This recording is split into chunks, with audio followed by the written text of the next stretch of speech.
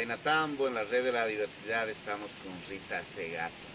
Rita, bienvenida a Bolivia, bienvenida a Guaynatambo, bienvenida a la red de la diversidad. Gracias por estar con nosotras, con nosotros. No, yo soy quien agradece la oportunidad. Rita, cuéntale a la gente, así cortito, ¿quién es Rita Segato? Ah, bueno, yo soy una de origen disciplinar, lo que estudié, lo que trabajé toda mi vida, soy antropóloga, que, que vengo de inclusive de la etnomusicología, de estudiar la música en la sociedad, y después paso a trabajar en el Departamento de Antropología de la Universidad de Brasilia. Enseñé 30 y tantos años en Brasilia, en Brasil, y ahora me he vuelto a mi país, Argentina. Pero una Argentina, mi Argentina del corazón es del norte, ¿no? De encima de la raya con Potosí.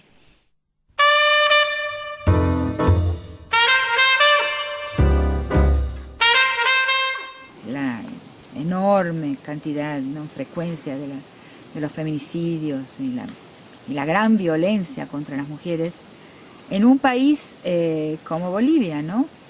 Que no es un país de muchos homicidios, no es un país muy homicida, digamos, ¿no? Donde así el asesinato de otro, ¿no? De otro ser humano, sea un fenómeno tan común. Y sin embargo, los asesinatos de mujeres se están volviendo comunes en el país. ¿Y por qué crees que esto sucede? Entender eso es realmente muy complicado, ¿no? Como he pensado bastante en ese tema, especialmente para Bolivia, tengo algunas hipótesis, les llamaríamos, ¿no? Algunas apuestas de razones, ¿no? Básicamente dos, ¿no? Que tienen que ver con el mismo proceso que al que le llamo el proceso de criollización, que es un proceso muy terrible en nuestras sociedades, todas ellas, en Argentina también.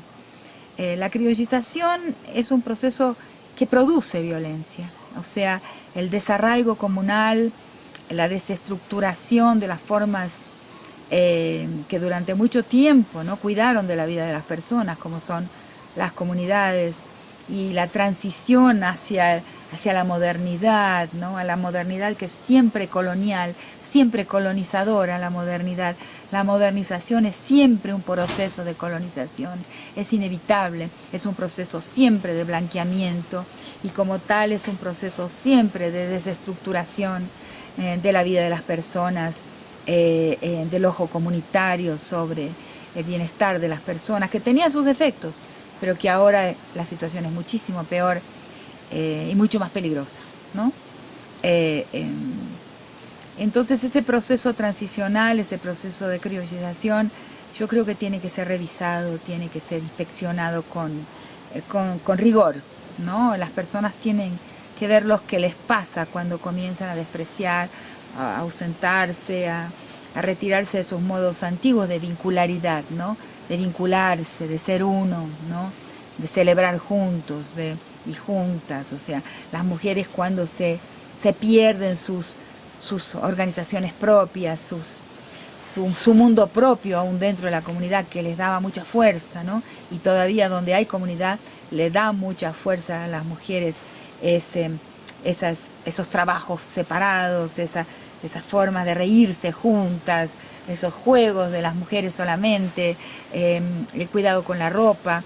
O sea, las mujeres necesitan de su propio mundo y la sociedad moderna, la sociedad criolla no les permite, no les da su propio mundo, a no ser en el espacio encapsulado, nuclearizado de la familia. La nuclearización de la familia es otro problema muy grande que viene con el individualismo, con la mercantilización de la vida, con lo que yo le llamo el proyecto de las cosas, ¿no? Las cosas, obtener las cosas, ¿no? Mostrar las cosas, se vuelve mucho más importante que vincularme con mis compadres, con mis comadres, con los míos y las mías.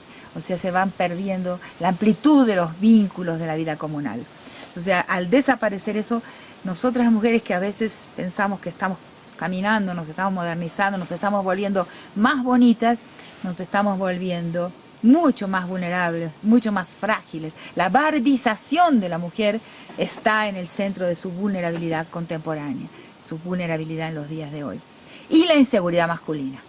El otro importantísimo elemento del problema de la criollización es que el hombre, al criollizarse, al dejar de ser lo que siempre fue, lo que es, un miembro de su mundo con las peculiaridades que tenía el hombre en su propio espacio comunal, al criollizarse se vuelve inseguro, porque el criollo no sabe si es blanco, si no es, y también no sabe siquiera si es hombre y no es. O sea, siempre tiene que probarse, siempre tiene que pasar a demostrar su masculinidad, su blancura, su riqueza, su capacidad de seducir mujeres, ir volteando mujeres en su camino para ver si consigue ser hombre. Entonces, esta es otra de las consecuencias del proceso de criollización.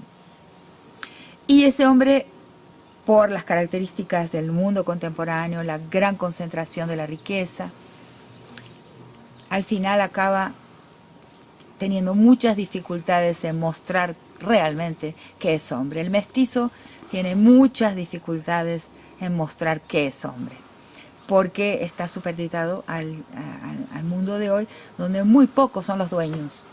O sea, estamos como en un proceso de reseñorización del mundo. Se está volviendo de nuevo un mundo de señores.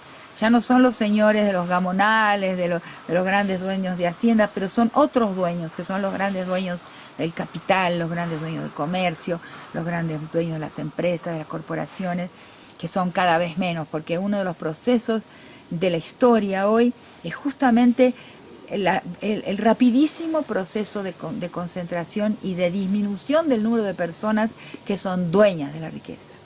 Y ahí eso hace, ese vivir en un mundo adueñado por otros hombres, causa la precarización de la vida económica, la precarización de la posición masculina en el mundo. Y ese hombre que es poco blanco, que nunca será completamente blanco, son duras esas palabras, ¿verdad? Pero son verdaderas. Ese hombre que en realidad, aunque juegue en el equipo de los blancos en su país, en realidad sale a París, sale a Nueva York y no será blanco nunca de nunca. Eso lo emascula. También no será uno de los grandes dueños, porque esos habrá muy pocos. Eso también lo emascula, que quiere decir lo disminuye en su masculinidad. Y donde ese hombre se restaura, se rehabilita como masculino, cayéndole a palos a su mujer y a sus hijos. Es solamente mediante la violencia que ese hombre consigue recuperar una autoimagen como potente, como dueño, como lo que se espera de una posición de hombre. Por eso todo eso tiene que ser revisado, porque está causando un daño muy grande, no solamente a las mujeres, ¿no? Digamos, a la muertita, a la asesinada, a la feminicidada, sino a su madre, a sus hermanas, a sus hermanos y a la sociedad entera. Cada feminicidio le duele a toda la sociedad.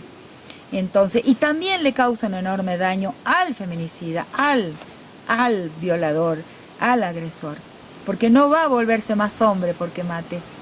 Y esa es la gran frustración. No alcanza su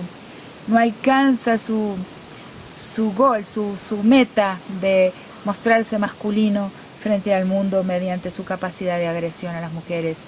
No lo alcanza, y entonces esto es más violentogénico, todavía se va volviendo más y más violento, y el daño no tiene fin.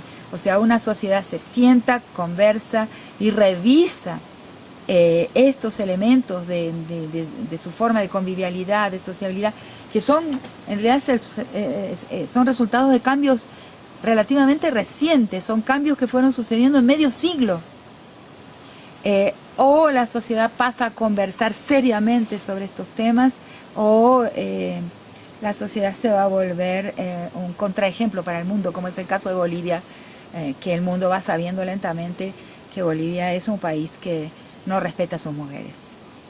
¿Qué tiene que ver todo esto con dos cosas que quisiera preguntarte? Has hablado de que hay un mundo que se vuelve un mundo cosa, un mundo objeto, claro. Todo se vuelve mercancía, y eso podemos denominar hoy expansión un poco del capital. ¿Qué tiene que ver todo esto con el capitalismo de hoy? Ah, sí, totalmente. Bueno, en un sentido lo que te acabo de decir de la precarización de la posición de los sujetos. Todos tenemos una vida precaria, nadie está seguro en su empleo, nadie tiene seguridad absoluta de para cuánto va a valer la cuenta que tiene en el banco.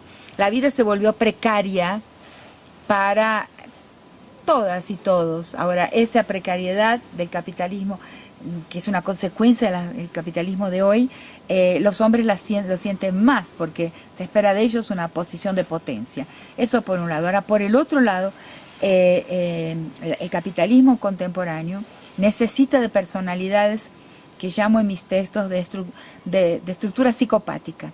¿Qué es un psicópata? No son psicópatas que salen a matar gente, seriales, digamos.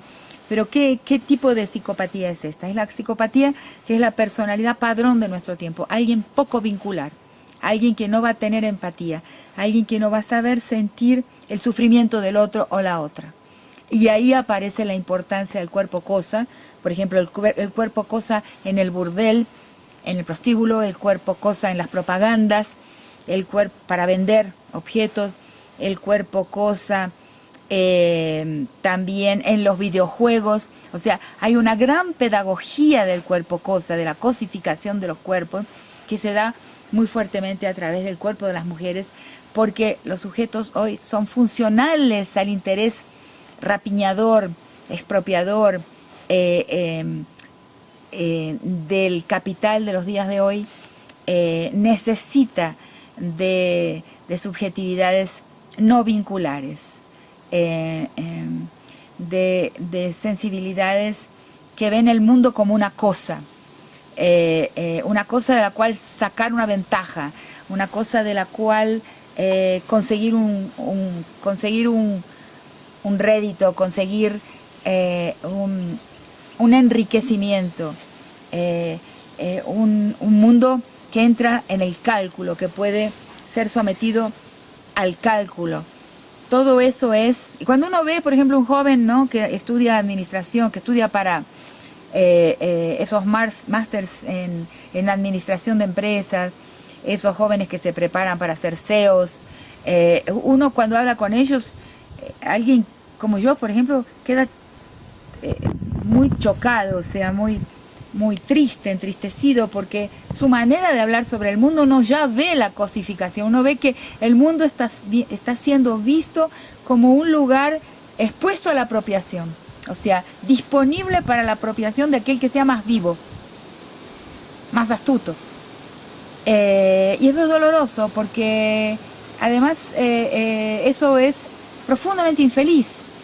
O sea, lo que necesitamos recordar en los países y en las regiones de nuestros países donde eso todavía existe, es cómo es un mundo, cómo es la felicidad de los vínculos, cómo es la felicidad de las cosas de las personas que fiestean juntas, que componen juntas, que cantan juntas, que bailan juntas, cómo eso, que es esa juntidad, o sea, esa comunalidad de que es la fiesta misma, qué diferente es de esa mirada sobre el mundo como un mundo muerto, del cual yo voy a sacar una ventaja, voy a conseguir un pedazo, voy a apropiarme de algo de lo que está frente a mí, y que eso es el valor. O sea, son dos ideas de valor totalmente diferentes.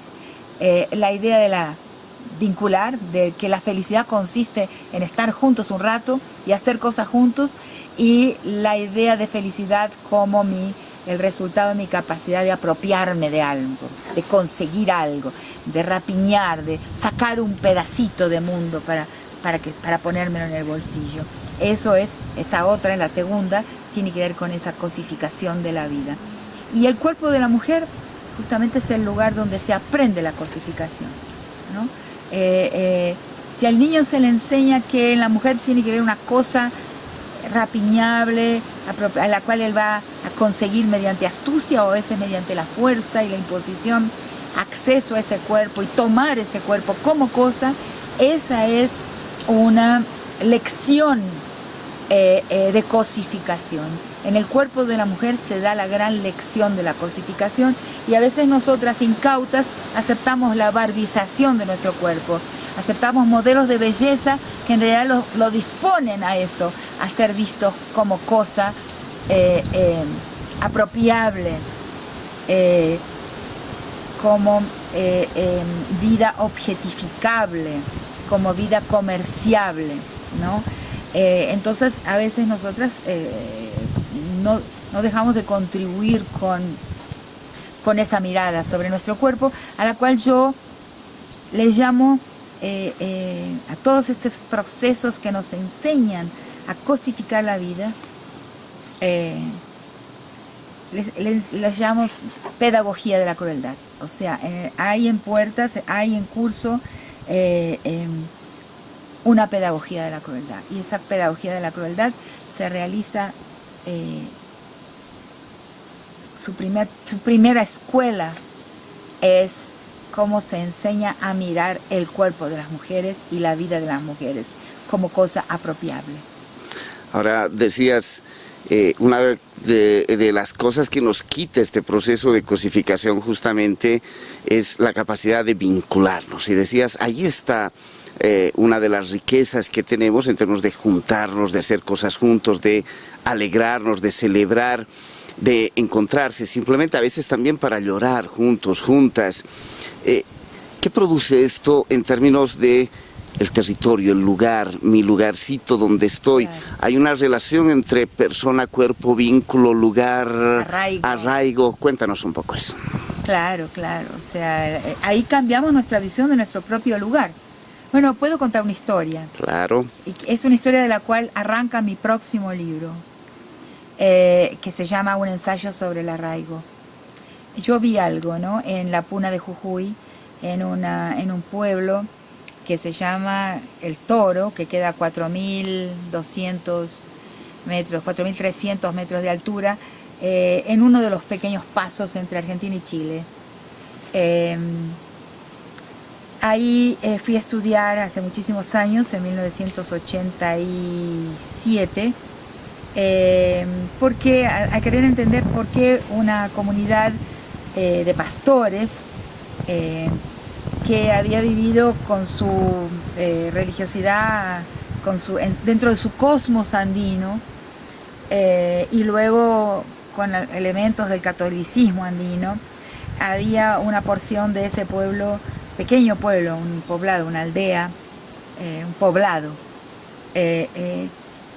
unas familias empezaban a convertirse al protestantismo.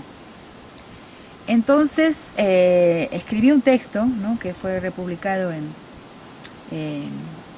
varias veces, que se llama, bueno, la expansión del protestantismo en la quebrada y Puna de Jujuy.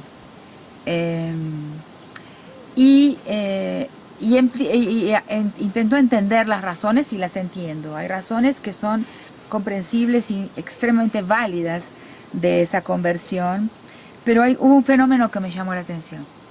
Cuando una familia se convierte al Evangelio, sucede algo con un lugar central de su cosmos, de su cosmología originaria, porque en el corral, no sé si será en Bolivia igual, pero supongo que sí, en el corral de la familia donde se marca el ganado, donde también se hacen las fiestas, hay un punto donde se le da de comer a la tierra. Ese punto es marcado por lo que allá se llama una apacheta, o sea, un montículo de piedras que están en ese lugar donde la pacha come. O sea, ahí se va a beber, pero se va a dar de beber. Lo que uno bebe, le da de beber a la tierra, lo que uno come, le da de comer a la tierra. ¿Cuándo sucede la conversión de la familia al protestantismo? Se alquila una camioneta, o si algún amigo tiene una camioneta, viene y se derrumba la pacheta. O sea, se desmarca completamente el lugar, el ombligo, el cordón, el lugar por donde va el cordón umbilical con la Pachamama. Entonces estuve pensando durante años y escribí, voy a escribir más sobre ese acto en que se borra de la superficie de la tierra un punto que es único, un punto que no puede ser sustituido por ningún otro, porque el lugar es ahí para esa familia, para los padres, para los abuelos, para una larga genealogía de un linaje, el punto de la comunicación con su cosmos, con su mundo, es en ese lugar. A partir de ese momento, para ser breve, esa tierra, ese terreno se transforma en un terreno vendible y comprable. O sea, ese es el punto sin retorno del desarraigo. Porque a partir de ese momento, esa tierra pasa a ser identificada por su lugar preciso, la cantidad de metros cuadrados que tenga, su tamaño, su distancia al río, o su distancia a un ojo de agua, su distancia a la ruta. Ese terreno va a ser mensurable en términos mercantiles, en términos económicos, en términos monetarios. Va a ser un espacio más en la inmensidad de los espacios que pueden ser referidos a un equivalente, a una grilla, a un equivalente económico, monetario, universal. No va a ser más un único lugar en el mundo. Ese es mi lugar, el lugar de mi familia, el lugar de donde yo vengo. No más será eso. Será un terreno que podrá ser vendido y comprado. Entonces, ese es un punto sin retorno. Ese es un punto donde comienza una transicionalidad y un desmonte, ¿no? De esa vincularidad, que es una vincularidad comunal, pero es también una vincularidad a un espacio que me coloca en el mundo de una manera única, sin equivalentes. A partir de ahí, ese terreno, que era un terreno vivo, pedazo del cuerpo de la Pacha, pasa a ser un terreno cosa. Ahora, esto que dices, hay un proceso en el que una familia, una persona que estuvo vinculada a sus relaciones de familia ampliada, de comunidad, de territorio, de lugar, de la Pacha, este ombligo que le ligaba a su naturaleza, por decirlo de alguna manera, dices, hay un momento en que se rompe y hay un punto sin retorno, decías. Pero así como se aprendió eso, ¿es posible reaprender mi vínculo, mis vínculos, mi arraigo, mi retorno a esta, o estamos en un camino de fatalidad, por decirlo de alguna manera? Qué pregunta tan importante. Claro que sí. Si no, ¿para qué lo pensamos? Si no es ¿para qué pensamos, ¿no? ¿Y para qué hablamos, ¿no? Porque las palabras son espejos, ¿no? Esto que acabo de decir puede ofrecer un espejo a una familia, a una gente que ha pasado por ese proceso, y los espejos son indispensables. Las palabras como espejos son indispensables. Entonces, al verme, esto me sucedió, yo puedo reconducir, yo puedo no recuperar lo perdido, no ir hacia el pasado, pero en el futuro hacer que el futuro que iba a ser, el futuro de ese pasado, encuentre su camino de vuelta. O sea, no es un camino costumbrista, no es un camino de decir, no, ahora a partir de ahora voy a repetir la costumbre. No se trata de eso exactamente. Las costumbres son importantes, pero lo más importante es lo que está por detrás de las costumbres. Porque la memoria es viva, somos seres humanos y vamos cambiando todo el tiempo. Lo que puedo hacer es que los sentidos que estaban por detrás de ese punto en el mundo, hacerles encontrar su camino en el presente. ¿Cómo ese pasado encuentra el futuro que perdió o que estaba por perder si yo no me hubiera dado cuenta, que si no nos hubiéramos dado cuenta? ¿Cómo ese futuro que estaba por ser cancelado en ese acto de derrumbe de la Pacheta, cómo ese futuro revive y encuentra su camino a través de las vicisitudes del presente, que es el futuro de la comunalidad, de la vincularidad, donde yo invierto cosas en mantener mis vínculos y no invierto vínculos en mantener mis cosas.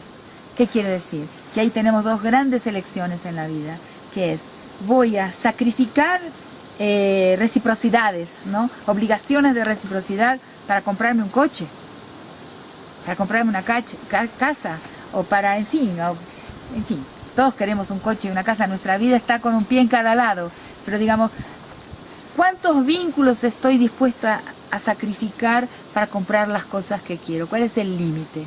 de eso. Y del otro lado, ¿no? ¿Cuántas cosas tengo que sacrificar a veces para mantenerme dentro de la lógica de la reciprocidad, de la comunalidad? Esa comunalidad, ¿la ves posible vigorizar, fortalecer también en el espacio urbano? Porque a veces se mira, esto es rural, esto es... ¿Qué sucede en la ciudad? El mundo está en constante transformación, no se puede rebobinar la historia, yo no puedo ir hacia atrás de la historia, se va haciendo como se va haciendo, hay pérdidas y ganancias todo el tiempo, hay victorias y fracasos todo el tiempo, vamos yendo, pero tenemos que tener conciencia de lo que podemos perder si no valorizamos ciertos aspectos de nuestra vida que están presentes en América Latina, muy especialmente en Bolivia, ¿no? Defender bueno, el agua, la tierra, ¿no? Todos los 4 elementos, ¿no? Mi relación con el sol, que es la vida, mi relación con la vida, ver lo que me rodea como vida y no como cosa, ¿no? Todo eso tiene una continuidad permanente para mucha gente, lo podemos defender. Y podemos defender los caminos por los cuales esto no se pierde, ¿no? Esta manera de estar en el mundo no se pierde. Pero para eso hay que tener conciencia de lo que se tiene, porque a veces no se tiene. Yo siento que nuestros pueblos no tenemos a veces una retórica para decir lo que realmente tenemos. Y cuando los perdemos, la vida se vuelve vacía, se vuelve nihilista, se vuelve deprimente y se vuelve tediosa también, ¿cierto? Yo puedo tener, a veces veo algunas personas que, bueno, deslumbradas, nosotros en Argentina le llamamos tilingos. El tilingo es un deslumbrado, o sea, alguien que, bueno, quiero esto, monta una casita, ¿no? ¿Para qué le sirve? A ver si consigo a alguien a quien se la puedo mostrar. O sea, no es para vivirla, sino para mostrarla. Eso es un tilingo, eso es un deslumbrado, ¿no? La vida es para vivirla, no para mostrarla. Gracias, Rita, por estar con la gente de Huaynatambo, de la Red de la Diversidad, la gente de Bolivia. Mándale un saludo a eso, que cerrabas un poco, a la gente de Bolivia. Amo Bolivia. Creo que Bolivia tiene grandes lecciones para darle al mundo. Tengo grandes amigos en ese país y espero que, en fin, que las cosas que he comprendido y conseguido decir en estos minutitos puedan ser útiles.